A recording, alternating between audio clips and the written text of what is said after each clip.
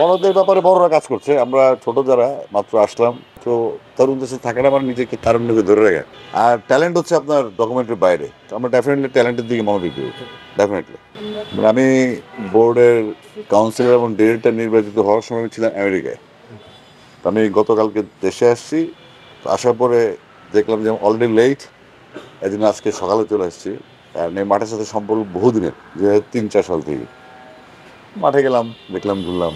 যেহেতু একটা দায়িত্বে আসছি, আমার মনে হয় দেরি করা উচিত হবে না, চলে এসছি। আর দর্শক আমরা ছোটবেলায় ছিলাম, তারপর খেলেছি, তারপর আবার দর্শক, এখন কাজে এসছি। তো দর্শক তো সবসময় যখনই বাংলাদেশ খেলবে ক্রিকেট, আমরা বাংলাদেশ যখন টেস্ট তখন আমরা West Indies, Pakistan, West Indies, India দেখার জন্য ডিসেন্টারের সময় লাইন করে দাঁড়া দেখলাম। তো এখন একটা সুযোগ আসছে কাজ করার।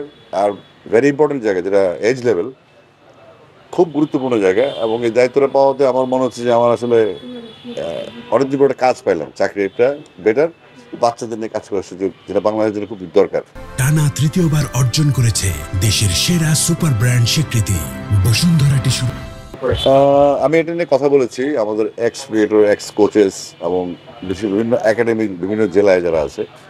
তো এখানে তিনটা এফেক্ট কাজ করে। এটা হচ্ছে অ্যাফিলিয়েশন, যারা খেলে ডিস্ট্রিক্ট লিগগুলো, সেখানে কোয়ালিফাইং নেই, কোনো রেলিগেশন নেই, আবার উত্থানও নেই। তারপরে আসে স্কুল ক্রিকেট কিংবা কলেজ ক্রিকেট, যেটি অনিয়মিত, অনির্মাণ স্কুল হয় মাঝে মধ্যে। সেক্ষেত্রে আমরা একাডেমিগুলো, যেগুলো প্রাইভেটলি ক্লিনিকগুলো চালায়, তাদের মধ্যে একটা একাডেমি কাপ করার চিন্তা করছে, যেখানে কোনো বাধা থাকবে না, কোনো স্কুল অ্যাফিলিয়েশন থাকবে না। যারা ওপেনলি, যে সমস্ত কোচেসরা ক্লিনিক চালায় বিভিন্ন ডিস্ট্রিক্টে, 8টা-10টা ক্লিনিক প্রত্যেক জেলায় আছে, এবং তারা নিজেদের উদ্যোগে কাজটা করে।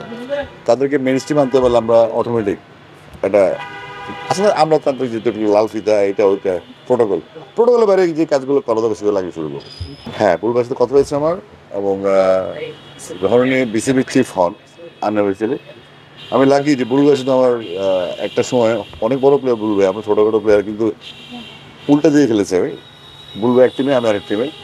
সুযোগ হয়েছে বুলুভাইকে দেখার ছোটোবেলা থেকে, না যখন 10-11-এ পড়ি, নান্নু ভাই কিংবা ফারুক ভাই, তাদের এগেনস্টে খেলার সুযোগ হয়েছে। পক্ষে ছিল শুধু হায়ুল সুমন বা জাভেদ বেলেন, সাইরাস বিদ্যুৎ, জাকারিয়া, জাহাঙ্গীর, এরা ছিল আমাদের সাথের প্লেয়ার। তো এখন তো ভালো জায়গা, ক্রিকেট বোর্ডে প্লেয়াররা পার্টিসিপেট করছে, রাজ্জাক আসছে, পাইলট আসছে। তো প্লেয়ারদের ইনভলভমেন্ট বাড়ছে, আস্তে আস্তে টেকনিক্যাল সাইডগুলো আমাদের উন্নত হবে, যেহেতু আমলাতান্ত্রিক ইস্যু থেকে বেরোয় প্লেয়াররা বোর্ডে আসতে চায়। এবং যারা সংগঠক, ক্লাব কেন্দ্রিক বা জেলা বিভাগে যারা কাজ করেন, আমি মনে করছি যে নতুন একটা জোয়ার তৈরি হবে, যেখানে সংগঠক তো মেইন, যারা ফাইন্যান্স করবে, এনকারেজ করবে, সময় দিবে, যারা অলরেডি মুখ ফিরিয়ে নিয়েছে মাঠ থেকে, তাদেরকে আবার মাঠমুখী করার জন্য আমাদের এই চ্যালেঞ্জ। আমি নিজে তো আসলে এজ লেভেলের প্লেয়ার, আমি নিজেই আন্ডার 16 থেকে আসছি।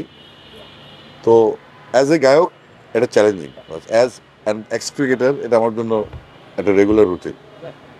আপনি এবার যেভাবে দেখেন, বড়দের ব্যাপারে বড়রা কাজ করছে। আমরা ছোট যারা মাত্র আসলাম, এখন ছোট, মাত্র বোর্ডে আজকে প্রথম বিসিবিতে ঢুকলাম।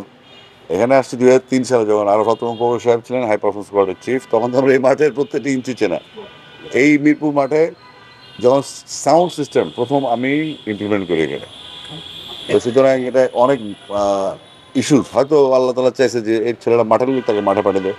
আর বাচ্চাদের শুধু কি, বাচ্চাদেরকে চিনি না, তারা ভবিষ্যৎ। আর সিনিয়র সিটিজেন্স যারা একটা অভিজ্ঞতা নিয়ে চলে গেছে বা এখন আছেন, আর বাকিদেরকে আমি চিনি। বাচ্চাদের কাজ করা সবসময় আপনি যখন গানের ক্যারিয়ার চেক করেন, তারা দেখবেন যে বাংলাদেশের সমস্ত তরুণ গায়ক গায়িকা, ডিরেক্টরের সাথে কাজ করে এসছে। তো তরুণদের সাথে থাকাটা আমার নিজেকে তারুণ্যকে ধরে রাখা। বাচ্চারা খেলবে, বাচ্চারা ভবিষ্যতেই বড় প্লেয়ার হবে। যারা এজ লেভেলে কাজ করা মানে হচ্ছে যে আপনি ফিউচারে যে ক্রিকেটটা হবে, সেখানে আমাদের বর্তমান বা আপকামিং প্রজন্ম ইনভলভ থাকবে, যেন আমাদের দেশটার পাইপলাইনে কোনো একটা পজিশনে যে একটা প্লেয়ার না থাকে, 18 ওপেনিং করবে এক সাইডে, এটা একটা পজিশনে 4-5টা প্লেয়ার না থাকলে তো আসলে জিনিসটা হবে না।